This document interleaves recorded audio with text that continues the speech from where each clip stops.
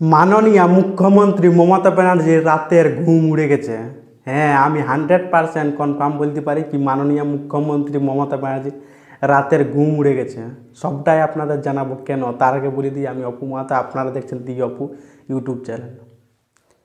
Supreme কোর্টের শাসানির ফলে SSC একটা লিস্ট বার করেছে যে 26,000 লোকের চাকরি চলে গিয়েছিল, তাদের মধ্যে কারা দাগি আসামি, মানে কারা দুর্নীতি করে ঘুষ দিয়ে চাকরি করেছে তাদের লিস্ট সুপ্রিম কোর্টের শাসানির ফলে এসএসসিকে বার করতে বলেছিল। এসএসসি একটা লিস্ট বার করেছে, লিখেছে লিস্ট 1।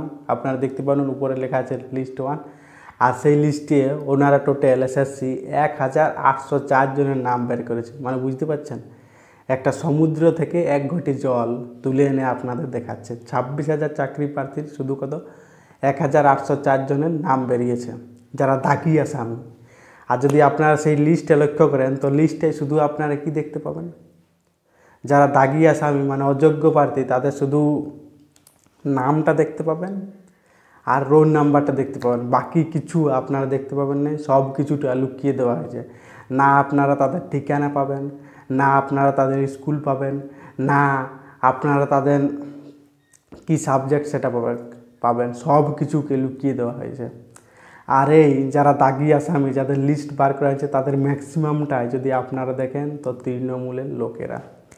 কারণ বেশি দুর্নীতি করে চাকরি পাইছিল কারা, তৃণমূল পার্টির লোকেরাই।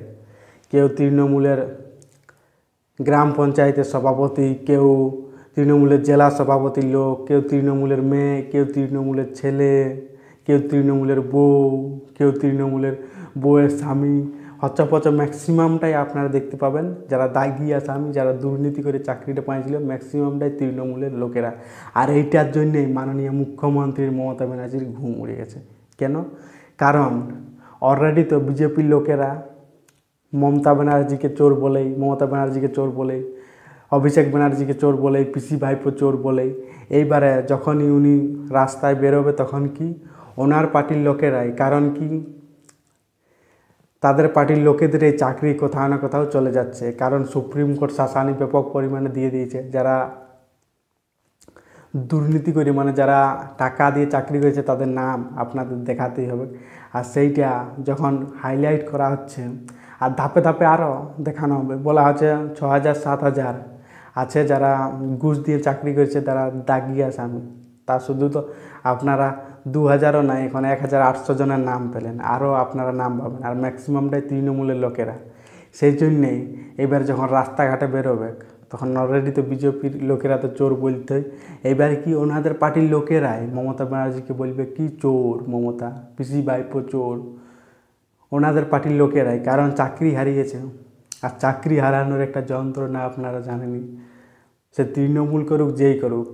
এবারে কি ধীরে ধীরে ধীরে ধীরে এইটার জন্যই মমতা ব্যানার্জির কথা এখন রাতের ঘুম উড়ে গেছে। উনি ঠিকভাবে ঘুমাতে পারছে না। 14 তলায় তো আছে, আরামে এসির হাওয়া খাচ্ছে, কিন্তু তাও ওনার রাতের ঘুম উড়ে গেছে। উনি বলতেনই যে সবার আগে আমার পরিবার, আর সেই তার পরিবারকেই উনি বাঁচাতে পারছেন না। কারণ তৃণমূল যারা করে ওটাই ওনার পরিবার, বাকি তো উনি পশ্চিমবঙ্গের কারো কথা ভাবেন নাই। উনি কী চেয়েছিল যে চাকরিটা যেমন শুধু ওনার পার্টির লোকেরা পায়, কিন্তু এটা ভারত বটে, যারা দুর্নীতি করে চোর চান্ডালি করে যারা ঘুষ দিয়ে চাকরি করবে তাদেরকে একদিন না একদিন চাকরি থেকে হাঁটতেই হবে। আর এইটা বারবার কোথাও না কোথাও ভারতের সংবিধান প্রমাণ করে দিল। আর এইটার জন্যে কি এখন মমতা ব্যানার্জির ঘুম উড়ে গেছে, আর আরও ঘুম উড়বে। কারণ আরও এসএসসিকে লিস্ট প্রকাশ করতে হবে, আর যত এসএসসি লিস্ট প্রকাশ করবে তত মমতা ব্যানার্জির ঘুম উড়ে যাবে। কারণ সরকারটাই জানেন একটা দুর্নীতিবাজ সরকার। কয়লা চুরি, রেশন চুরি, মানে কোন চুরিটা, স্কুলের খাদ্য চুরি, কোন মানে কি বলবো, কোনটা চুরি করেনি আপনারা বলুন। এই জন্যই কোথাও না কোথাও এইবারে আপনাদের পশ্চিমবঙ্গের মানুষদের বুঝতে হবে আর একটা সঠিক সরকার নিয়ে আসতে হবে। কারণ এইভাবে চলতে থাকলে এই অযোগ্যতার জন্য যোগ্যরাও কিন্তু চাকরি হারাচ্ছে। যারা চাকরি পেয়েছিল 26,000 যারা চাকরি প্রার্থী, তারা কি জানতো না যে ঘুষ দিয়েও চাকরি হচ্ছে, কিন্তু তারা কোনো প্রতিবাদ করে না কি যে আমি তো চাকরি পেয়েছি, আমি তো আরামে সুখে আছি খাচ্ছি। কিন্তু এইটা ভাববেন যে আজ দিন ওনার ঘরে আগুন লাগছে, কাল দিন আপনার ঘরেও আগুন লাগবে, সেই দিন কিন্তু আপনাকে কাঁদতে হবে, এটা বুঝতে হবে। এই জন্যে এখন কোথাও না কোথাও বাংলার মানুষ ধীরে ধীরে যা কিছু বুঝতে পারছে আর তারা একটা সঠিক সরকার চাইছে। সেই জন্যে এই মমতা ব্যানার্জির ঘুম উড়ে গেছে আর ঠিকভাবে উনি ঘুমাতে পারছেন নাই। বাকি বাংলার মানুষকে বুঝতে হবে, না হলে এই ধরনের ঘটনা পশ্চিমবঙ্গে ঘটতে দেবে। এখানে ভিডিওটা এন্ড করছি। ভালো লাগে থাকলে লাইক করবেন, কমেন্ট করবেন, সাবস্ক্রাইবার করবেন, তাহলে কি বহুত মোটিভেশন পাবো, লড়াইটা আর যায় দেখতে পারবো। জয় হিন্দ, জয় ভারত।